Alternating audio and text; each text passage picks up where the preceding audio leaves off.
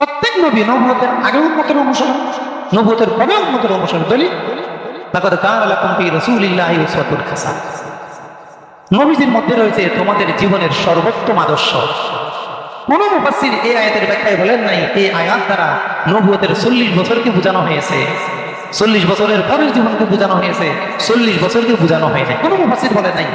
পৃথিবীতে হাজার হাজার মুফাসসির আসছেন, হাজার হাজার মুহাদ্দিস আসছেন, হাজার হাজার ফকিহ ইমাম মুজতাহিদ আসছেন, অর্থমতি কেউ এই কথা বলেন নাই যে নবীজির 40 বছর আমাদের অনুসরণীয় নয়, 40 বছর পরে তো অনুসরণ, এটা কেউ বলে নাই। তাহলে যে বলবে, যে এই ধরনের কথা বলবে, সে আলেম না জাহেল? জাহেল। কারণ সে আমার নবীর জীবনীকে, নবীদের জীবনীকে এমন একটা শব্দ ঘোষিত করছে যে শব্দ দ্বারা নবীদের অপমান হয়। এই জন্য নবীরা যেহেতু নবুয়তের আগেও নিষ্পাপ, নবুয়তের পরেও নিষ্পাপ, তেমনি ভাবে, ঠিক তেমনি ভাবে নবীরা নবুয়তের আগেও অনুসরণীয়, নবুয়তের পরেও অনুসরণীয়।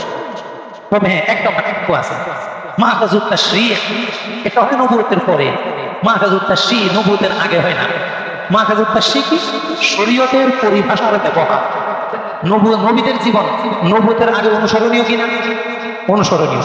নবুয়তের পরে যেমন অনুসরণীয়, নবুয়তের আগেও অনুসরণীয়। কোন জীবনে অনুসরণীয় নয় এমন পারে, পুরো জীবনটাই অনুসরণীয়।